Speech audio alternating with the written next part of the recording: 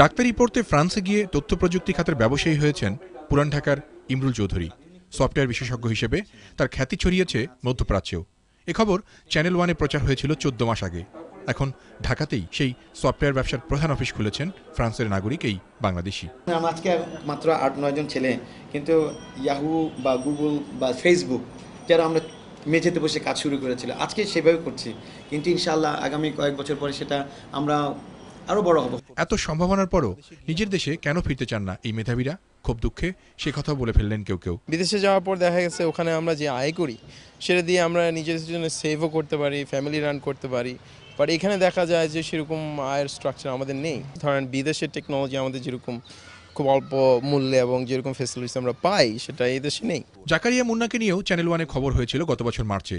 তখন সবেমাত্র শুরু করলেও এখন ঢাকায় 30 জন কর্মীর সফটওয়্যার কোম্পানি তার। নতুন এই উদ্যোগে প্রবাসীরা সফল হলেও দেশে ফিরে এখনও অস্বস্তিতে পড়েন তাদের কেউ কেউ।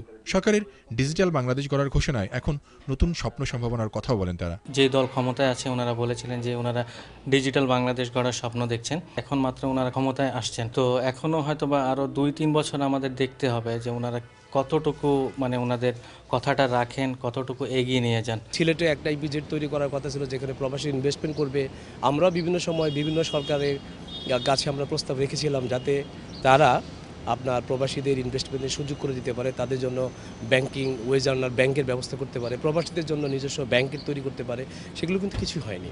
বিদেশে সফল এই বাংলাদেশিদের স্বপ্ন আর সফলতায় ঘুরে দাঁড়াতে পারে দেশ, তবে তার জন্য দরকার সময়মতো সরকারি পরিকল্পনা আর সহযোগিতা। পূর্ণ সুযোগ সুবিধা দিয়ে অথবা সম্মান দিয়ে দেশে ডাকা হয়। এবং কেরামতুল্লাহ বিপ্লব, ওয়ান নিউজ, ঢাকা। সার্থকতার সাথে সাকসেসের সাথে